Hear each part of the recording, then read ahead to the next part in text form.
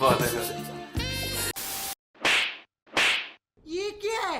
अरे टेंशन नहीं लेने का, अपुन है ना।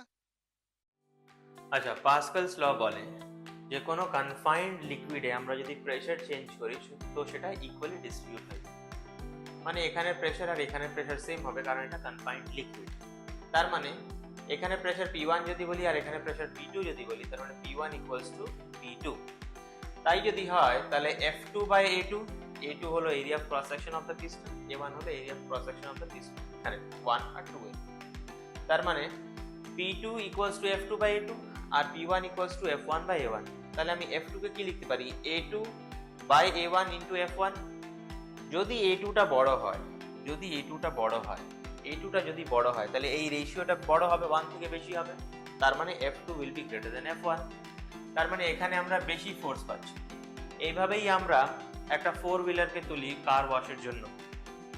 মানে ফোর্স কম দিতে হয়, এখানে ফোর্স কম দিতে হয় আর এখানে ফোর্স বেশি পাওয়া যায়।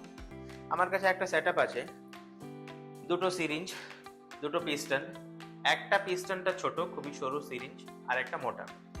মানে আমি যদি এখানে প্রেসার দিই, এখানে যদি প্রেসার দিই তাহলে কম প্রেসার মানে কম ফোর্সেই আমি এটাকে তুলতে পারবো। আর এখানে যদি ফোর্স দিই তাহলে অনেক বেশি ফোর্স দিতে হবে এটা তোলার জন্য। এটা এক্সপিরিয়েন্স করা যাবে, আমি কাউকে ডাকবো এক্সপিরিয়েন্স করার জন্য। আচ্ছা, এটা দিয়ে প্রেস করলে অনেকটা বেশি কষ্ট হচ্ছে আর এটা খুব ইজিলি হয়ে যাচ্ছে। একবার আসো, দেখো,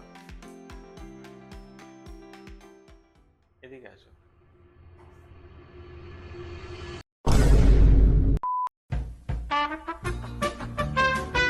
না স্যার, এটাতে টাইট হচ্ছে, এটাতে লুজ হচ্ছে, ইজি হচ্ছে এটা।